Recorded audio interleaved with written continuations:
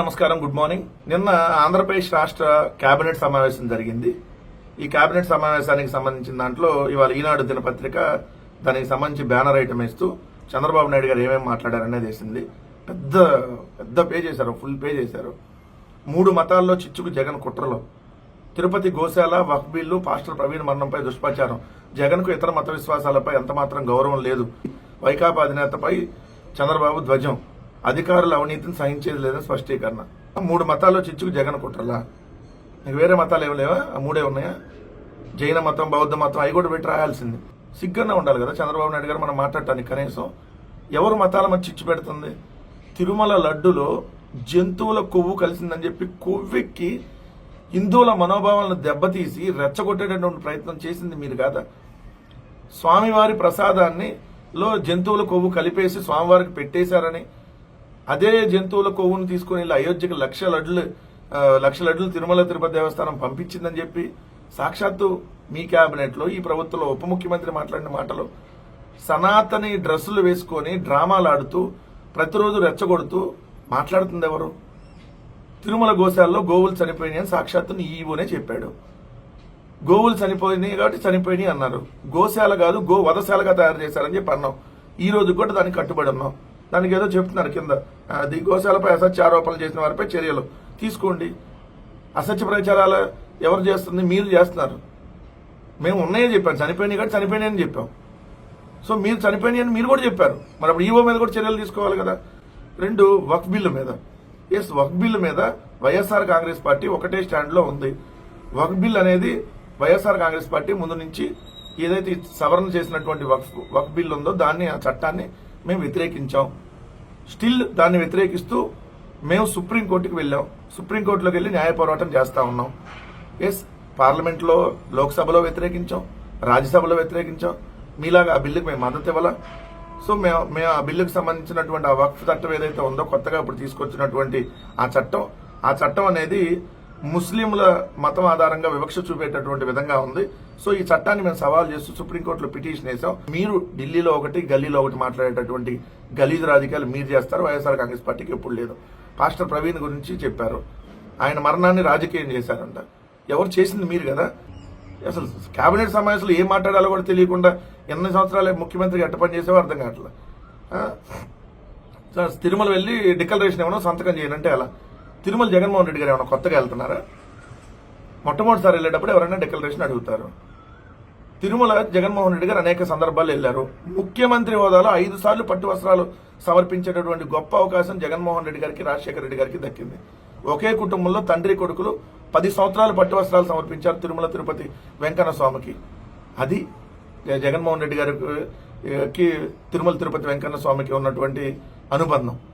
So ఇప్పుడు మీరు దాన్ని జగన్మోహన్ రెడ్డి గారిని డిక్లరేషన్, అన్నా లెజనేమో డిక్లరేషన్ ఇచ్చారంట. ఎప్పుడు ఇచ్చారు? ఎన్ని సంవత్సరాల తర్వాత ఇచ్చారు? ఎన్నిసార్లు వెళ్ళిన తర్వాత ఇచ్చారు? అన్నా లెజనేమో మొట్టమొదటిసారి వెళ్ళారు తిరుమలకి. అంతకుముందు పవన్ కళ్యాణ్తో కలిసి అనేక సందర్భాలు వెళ్ళారు. మరి అప్పుడు ఎందుకు ఇవ్వలేదు డిక్లరేషన్? ఇప్పుడు ఎందుకు ఇచ్చారు డిక్లరేషన్? టాపిక్ డైవర్ట్ చేసేటటువంటి అంశం. ఎందుకంటే తిరుపతిలో తిరుమల గోశాలకు సంబంధించినటువంటి దాని మీద పెద్ద ఎత్తున ఈరోజు ప్రపంచవ్యాప్తంగా ఉన్నటువంటి హిందువులందరూ ఈరోజు బాధపడుతున్నారు కాబట్టి, సో దాన్ని మీరు సైడ్ డైవర్ట్ చేసేటటువంటి కార్యక్రమంలో భాగంగా అన్నా లెజవాన్ని చూసి జగన్ నేర్చుకోవాలంటే ఎవరు? మంత్రులు రామానాయుడు, స్వామి, దుర్గేష్, అనిత గారే. ఏమింది?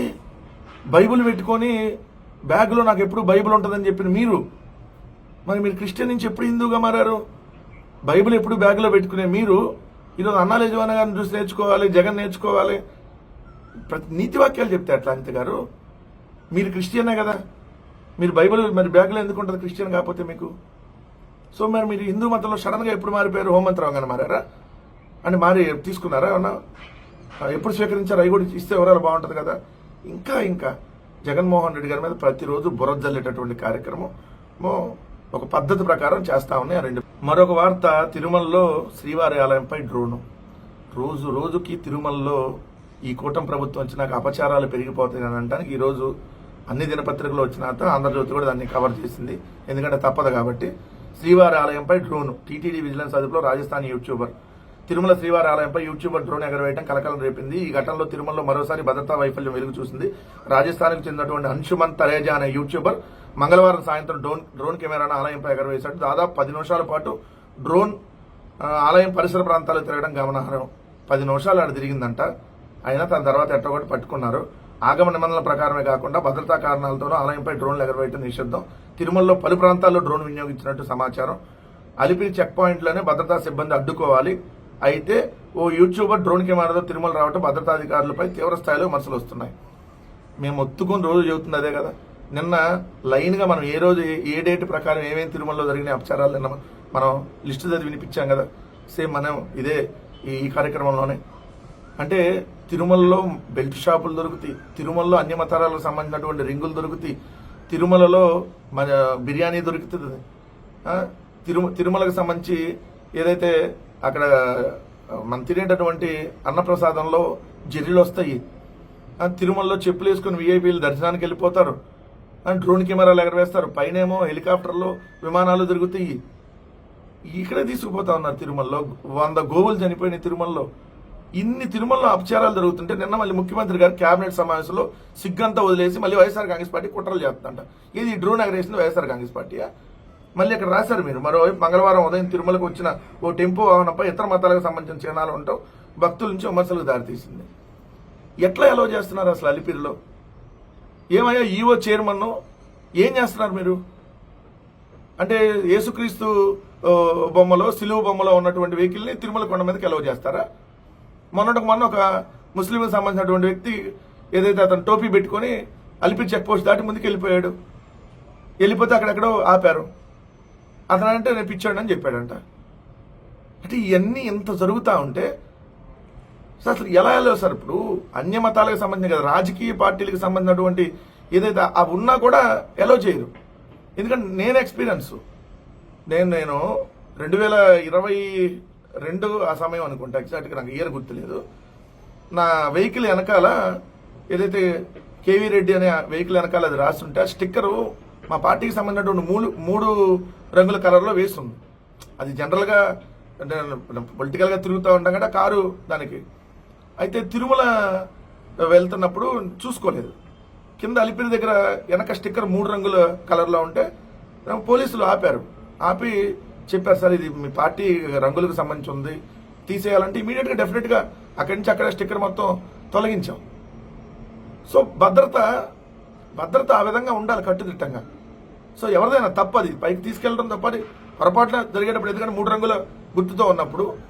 సో ఇప్పుడు అది పార్టీకి సంబంధించిన బ్లూ మధ్యలో వైట్ కింద గ్రీన్. సో 3 రంగులతో పేరు ఉంది, నా పేరుతో స్టిక్కర్ కారు వెనకాల గ్లాస్కి. సో ఇది తీసివేయాలి అని చెప్పారు. డెఫినెట్లీ సార్ అది చూసుకోలేమో, ఇమీడియట్గా తీసేసి కొండ మీదకి వెళ్ళినటువంటి పరిస్థితి. కానీ ఈరోజు ఏం జరుగుతుంది? అన్యమత ప్రచారాలతో వెళ్తున్నటువంటి సందర్భాలు ఎంత దారుణాలు తిరుమలలో జరుగుతూ ఉన్నాయి. గోవింద ఈరోజు.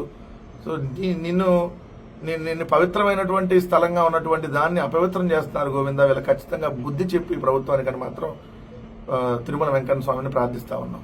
ఈరోజు ఈనాడు దినపత్రికలో పెద్ద వార్త, మంత్రి నారాయణ అంటే నారాయణ కాలేజీలో చైర్మన్ ఇప్పుడు ఈ అమరావతి ఇలాంటికి కీలకం అతను. ఎందుకంటే చంద్రబాబు నాయుడు గారు తాపీ మేస్త్రి అయితే కట్టుతుంటే ఈయనకి వాటికి ఇటుకలు అందించేది ఈయన మన నారాయణ కాలేజీ మంత్రి నారాయణ. కాబట్టి పెద్ద వార్త ఈరోజు. ఎందుకంటే అమరావతి, గుంటూరు, విజయవాడ కలిపి మెగా సిటీ.